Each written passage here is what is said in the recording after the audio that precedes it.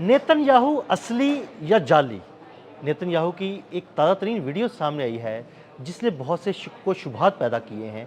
ये शक व शुबहात क्या हैं? आमिर रज़ा से बात करते हैं। आमिर भाई, आपने मेरा इंट्रो तो सुन लिया, नेतन्याहू असली या जाली? नेतन्याहू की एक वीडियो सामने आई है, उस वीडियो के बारे में क्या कहते हैं आप? ये सबसे पहली बात तो ये है कि दावा ये है इसराइल का कि ये ताज़ा तरीन वीडियो है और इस वीडियो में जो है नेतन्याहू जो है वो एक एयर बेस का दौरा कर रहे हैं और इस दौरे के दौरान उन्होंने फिर एक गुफ्तगू रिकॉर्ड कराई जिसमें वो बता रहे हैं कि वो ईरान पर अमेरिका के साथ मिलकर हमला कर रहे हैं। उनके बैकग्राउंड पे जो है वो अमेरिका के दो झंडे नज़र आते हैं, फिर एक इसराइल का झंडा है, फिर एक उनकी पॉलिटिकल पार्टी का झंडा है, इस तरह से एक उनका मजहबी झंडा है। उसके इनके दोनों तरफ जो है अमेरिकन झंडे लहरा रहे हैं, यानी पीछे F-35 जो है वो नज़र आ रहा है। ये पूरा एक सीन है, एक हेलीकॉप्टर से उतरते हैं और आते हैं और फिर वो ये गुफ्तगू फरमाते हैं। लेकिन ये सबसे बड़ी बात है कि ये असली है जैली है। देखें 2 मार्च के बाद से नेतन्याहू सीन से गायब हैं और इसके बाद से उनके मुतल्लिक बहुत सारी रूमर्स आई। देखें जब 3 मार्च को पासदारान इनकलाब ने इनके ऑफिस पर हमला किया, उस वक्त एक अहम मीटिंग की सदारत ये कर रहे थे और उसके बाद से ये ख़बरें आना शुरू हुई कि नेतन्याहू जो हैं वो हलाक कर दिए गए। फिर ये ख़बर आई कि वो शदीद ज़ख्मी हैं। उसके बाद एक ख़बर आती है कि प्राइम मिनिस्टर का जहाज़, जो कि मैं हैरान हूँ, कल हमने उस पर लिखा नहीं था, लेकिन वो प्राइम मिनिस्टर का जहाज़ जो है वो इसराइल से उड़ता है, बर्लिन में उतरता है और कहा यह जाता है कि ये इसमें सिर्फ अमला था, यानी स्टाफ था और कोई बंदा नहीं था। तो इसका मतलब है कि उसके अंदर भी कोई गहरा राज था। आज जब के 6 मार्च है, जंग को शुरू हुए 7 दिन गुजर चुके हैं, तो एक एयर बेस पर जो है काली ऐनकें लगाकर टी शर्ट पहनकर वो गुफ्तगू कर रहे हैं और वो कह रहे हैं कि मैं ईरान पर हमला और उसके साथ साथ वो हिजबुल्लाह का लेबनान का जिक्र करते हैं कि वहाँ पर जो दहशतगर्द हैं उनके बकौल, हमारे लिए तो वो इस्लामी हीरो हैं, उनके बकौल के उनके ख़िलाफ़ हम कार्रवाइयाँ कर रहे हैं। जब ये हेलीकॉप्टर से उतरते हैं तो इन्होंने एक जैकेट भी पहनी हुई है, पता नहीं ये बुलेट प्रूफ है या सादी जैकेट है, क्या है क्या नहीं है। देखें पहली बात तो ये है, इसमें तमाम नज़र आने वाले मेल और फीमेल फ़ौजियों के चेहरे जो हैं वो ब्लर किए गए हैं।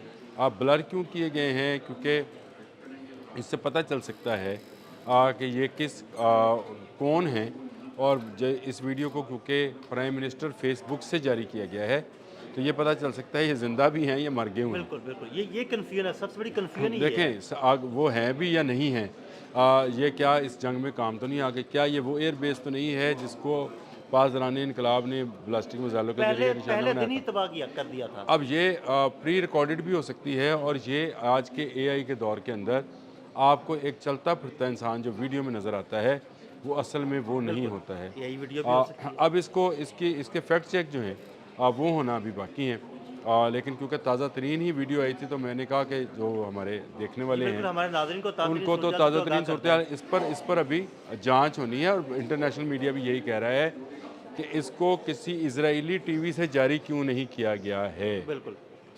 हाँ जी, ये भी बड़ा आपने सवाल क्यों है। जो है इसको एक फेसबुक अकाउंट से जो है जारी किया है, जिसको ये लिखा हुआ है कि प्राइम मिनिस्टर्स ऑफिस, शायद इस तरह कोई चीज़ लिखी है, इजरायली प्राइम मिनिस्टर ऑफिस या prime minister office of Israel, उससे जारी किया गया है। और मुझे जो अब तक मेरी अपनी आंखों से जो इसको ऑब्ज़र्व किया है, मुझे इसमें बहुत सारे शकूक व शुबहात, जो आपने लफ्ज़ इस्तेमाल किया था, मुझे इसमें बहुत सारे शकूक व शुबहात अब भी मौजूद हैं। नज़र ये आता है कि शायद कोई एआई जनरेटेड जो है वीडियो है, जो कि बहुत ही हाईली जिसको कहें प्रोग्राम है, उसके तहत बनाया गया है।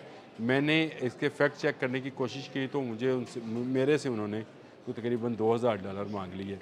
अब वो जो फैक्ट चेक हैं, अब दुनिया में जो कीमती सॉफ्टवेयर्स आ गए हैं, उनको चेक करने के लिए भी आपको कीमती सॉफ्टवेयर की ज़रूरत होती है, इसमें कोई शक नहीं है। फैक्ट चेक करा लेते तो फिर 2-3 महीने की तनख्वाह दे देते।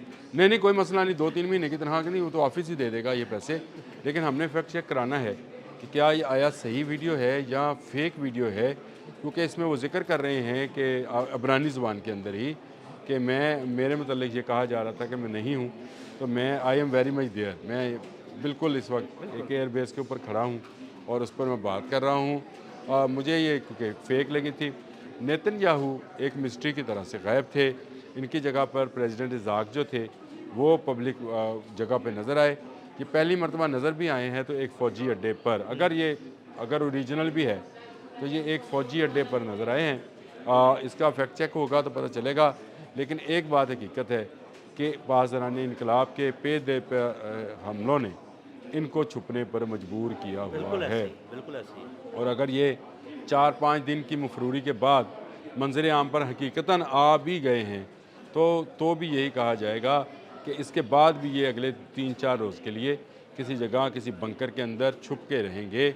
और इनके मुल्क से फ़रार होने की जो खबरें थीं, जो इनका जहाज़ बर्लिन में गया था, उसकी मिस्ट्री भी अभी तक सामने नहीं आई है। इनका कब खुलेगा उसका इनके बेटे के अगवा का मामला जब उठा था तो मैंने उस वक्त कहा था कि नहीं, ऐसा नहीं हो सकता।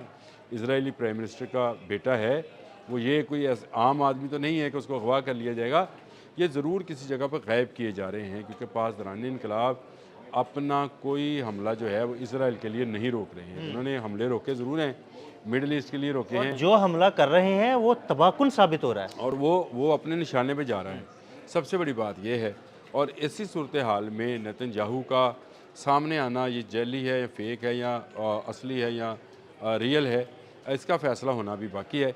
लेकिन इजराइल की आवाम के लिए मेरा ख्याल है अभी भी ये एक मिस्ट्री है कि नेतन्याहू कहाँ हैं। जब वो बेचारे बंकर्स में और तह खानों में और पाइप्स में छुपे पड़े हैं, उस वक्त ये एक फ़ौजी जो है बेस पर जग गए। अगर गए हैं तो फिर ये अवाम का पता लेने क्यों नहीं गए? देखें कि पूरा वाइट सिटी उनका तबाह कर दिया गया।